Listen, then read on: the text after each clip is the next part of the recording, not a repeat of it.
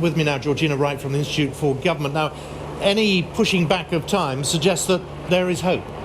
Yeah, absolutely. I think talks are ongoing, and the fact that we don't know what's happening is usually a good sign. Now, when you're in the middle of a negotiation, it's very difficult to predict what's going to happen at the end of that negotiation, and we are pretty much at that crucial point right now. But the fact that Michel Barnier's pushed back that meeting suggests that there are still some things that need to be ironed out. It's often easy, as we concentrate on the minutiae here, to forget sight of the wider picture. So where are we right now?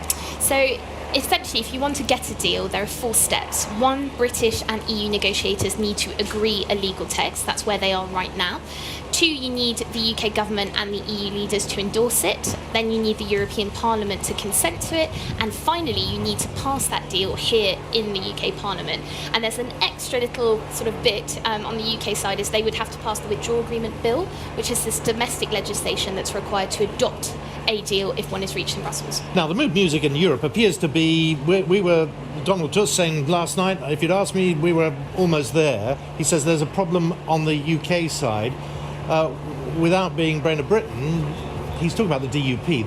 There's a problem once again here, isn't there?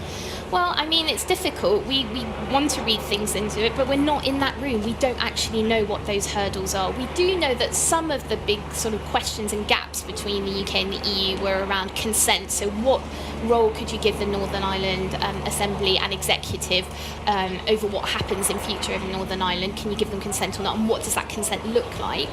And then you also had an issue around customs, which also needs to be ironed out. The EU felt that the detail there was still lacking. And so it was very difficult for them to commit to something at this stage. We don't yet know whether this place is going to be sitting on Saturday, getting the sense that maybe one tactic the EU may be using is, let's see if Boris Johnson get anything through the UK Parliament before we commit to anything. How would that work? So I'm not sure that's a tactic, but certainly is something they're thinking about. You know, they want to make sure that if they're going to pour in hours and hours of negotiations right now, they're running out of time, absolutely. But they are thinking, well, what happens if Parliament reject a deal? Now, it's almost a step too far. We don't have a deal yet. So I think they're possibly also thinking about a delay, a further delay. What does that look like? How long do we want that delay to last? And what are the terms and conditions that would be required to enable the UK to remain a member state during that time? We missed one self-imposed deadline in Europe last night. The next deadline is basically tomorrow, the meeting of the EU Council. It's a 2-day meeting. And if nothing happens there, could they reconvene?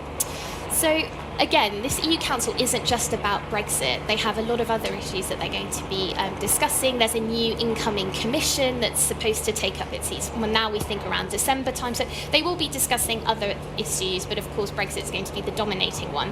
I think there are 2 scenarios. One, British and EU negotiators reach a deal in principle.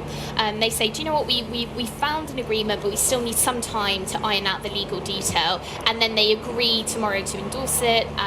But option 2 is actually they say we've made significant progress, but we still need more time. Let's reconvene next week to discuss it again.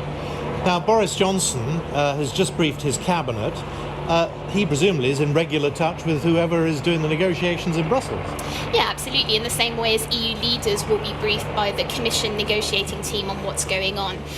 You know, this is a negotiation between the UK and the EU, but then on the EU side you have the European Parliament and updating them, you have EU leaders, and then of course on the UK side you have updating, you know, backbenchers, the DP, and lots of other people as well. So yeah, multiple negotiations involved here. Yes, and some loud noises here as well. Georgina, always good to see you. Thank you very much, Georgina, right there from the Institute for Government.